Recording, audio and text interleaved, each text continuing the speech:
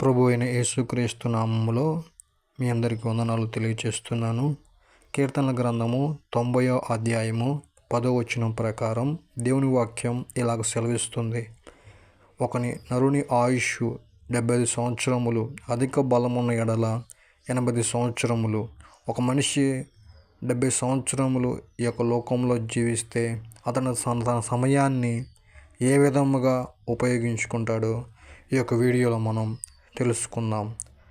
నిద్రకు 23 సంవత్సరములు, పనికి 16 సంవత్సరములు, వినోదములకు 8 సంవత్సరములు, భోజనానికి 6 సంవత్సరములు, ప్రయాణాలకి 6 సంవత్సరములు, 4.5 సంవత్సరాలు విశ్రాంతి తీసుకోవటానికి, 4 సంవత్సరాలు అనారోగ్యానికి, 2 సంవత్సరాలు వస్త్రధారణకు, చివరిగా మనం చూసుకున్నట్లయితే 6 నెలలు మాత్రమే భక్తికి, దేవుని మందిరానికి తన సమయాన్ని ఉపయోగిస్తున్నట్టు మనం చూస్తూ ఉన్నాము.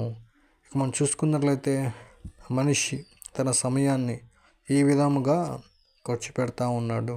వీటన్నిటిలో మనం చూసుకున్నట్లయితే నిద్రకు ఎక్కువగా 23 సంవత్సరములు, అదేవిధంగా తక్కువ చూసుకున్నట్లయితే భక్తికి, అంటే దేవుని పట్ల దేవునికి మనిషికి ఉన్న సంబంధం ఇక్కడ చూసుకున్నట్లయితే 6 నెలలుగా ఉన్నట్టు చూస్తూ ఉన్నాము.